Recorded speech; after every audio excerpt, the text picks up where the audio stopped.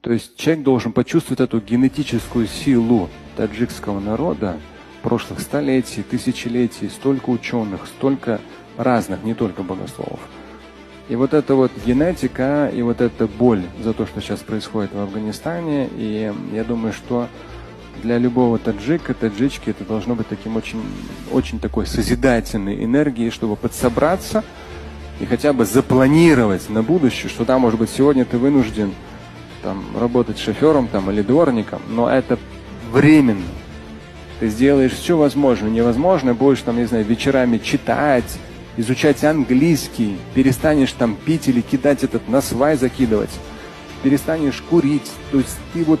весь свой такой, в том числе генетический, духовный, интеллектуальный потенциал пробудишь,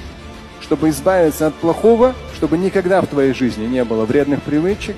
чтобы ты ответственный был как семейный человек, и чтобы дальше уже сам пойми, электриком ты будешь, математиком ты будешь, физиком ты будешь. И вот эта боль, о которой говорил имам Шафи'и, то есть придется многие часы, возможно, месяцы, годы вот этой интеллектуальной боли, но чтобы потом среди математиков, политиков, великих физиков, да, самых разных ученых, деятелей культуры, среди писателей появились имена и фамилии таджиков.